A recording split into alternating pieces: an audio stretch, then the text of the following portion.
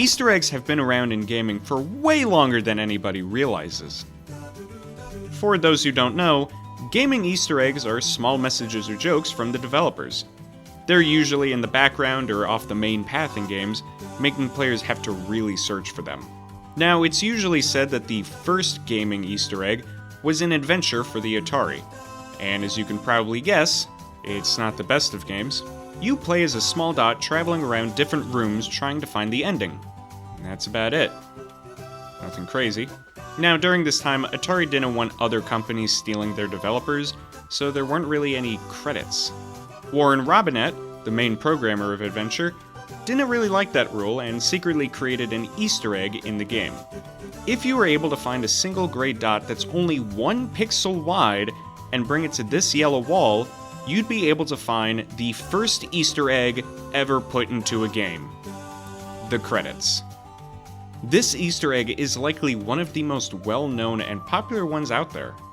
Even films like Ready Player One have had it to show respect to the creation of Easter eggs out there.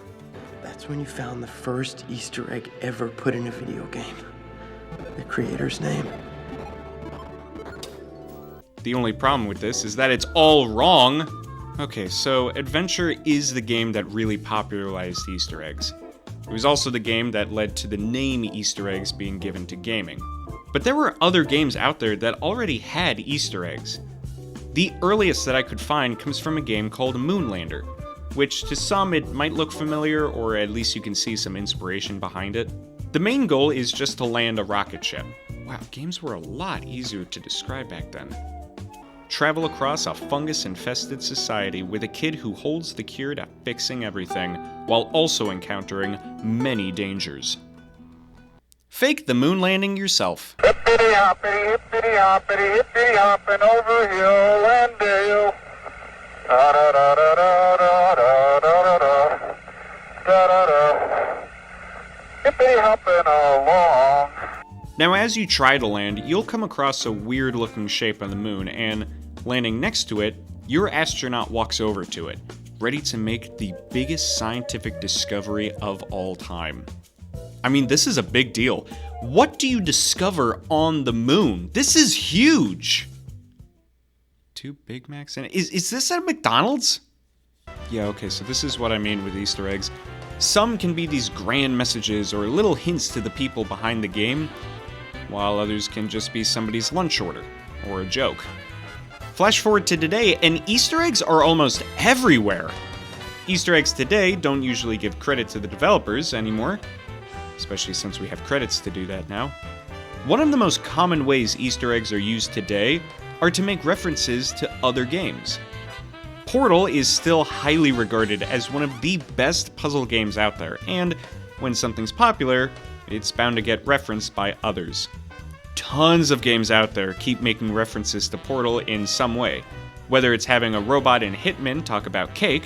Oh, I hope there will be cake. There will be cake, won't there?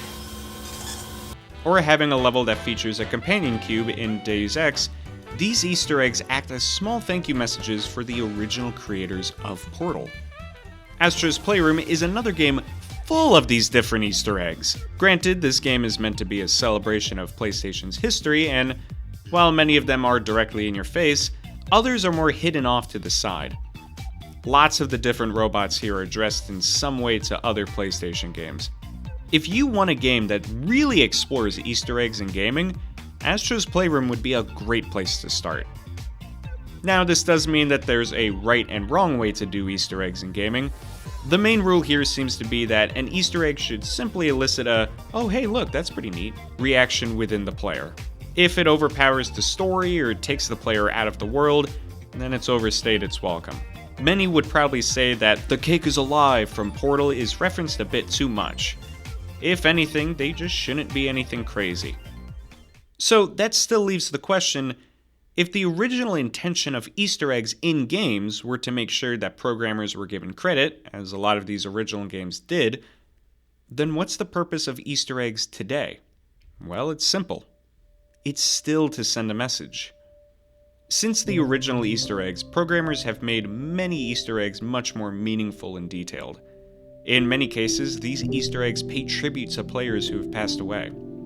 In World of Warcraft, there's a location full of toys and a lamp that houses a genie named Robin, of course being a reference to Robin Williams, who had passed away shortly before this was put into the game. Phenomenal cosmic powers!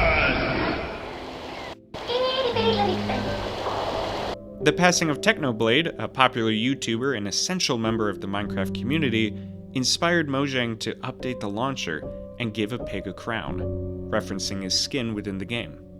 And this goes way beyond just celebrities too. Many game developers have heard stories from the community about their games and those who have passed away. In Dying Light, a mural of David Acott, known online as Bad Wolf Gaming, was made in honor of him after he passed away from a rare form of cancer. The story meant so much to the developers that in Dying Light 2, the mural was carried over. Easter eggs in games are able to build a deeper connection between the players and the developers in ways other pieces of media just can't do. Whether it's paying tribute to someone in the community or sending a message, hey, even if it's just ordering McDonald's on the moon, Easter eggs are important to games.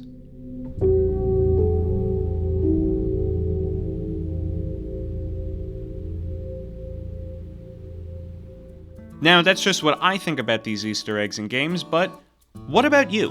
What's your favorite Easter egg in a game? Let me know in the comments. Anyway guys, thank you for watching this video, and remember to chase the chaos.